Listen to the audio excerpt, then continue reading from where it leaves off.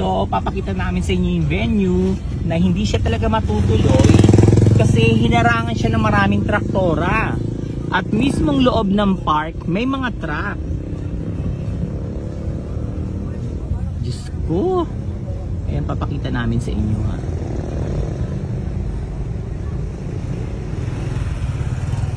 Hinarangan talaga ng mga truck, maloka ako. Kahapon wala pa itong mga truck na to.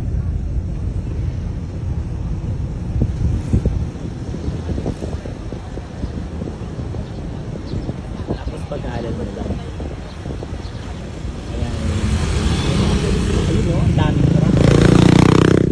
Ayan, trucks. Kuya, bakit may nakaharang na truck?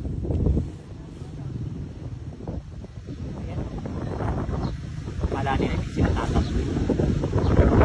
Daming truck. Ayan ba yung pag-alam mo? Ayan o, tinatawag ng truck. Is that the way? Ganyan ba ang ginagawa kapag magre-rehabilitation kayo ng isang lugar? Hindi ganyan. Ang ginawa nyo, hinarangan nyo.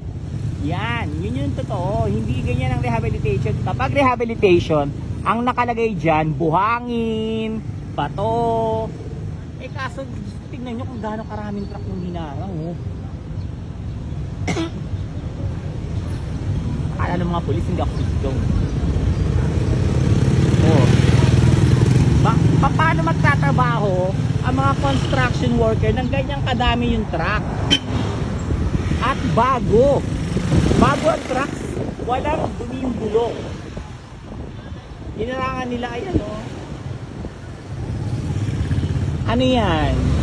Nagbebenta kayo ng truck? Exhibit? Exhibit ba yan? Nakakaloka kayo.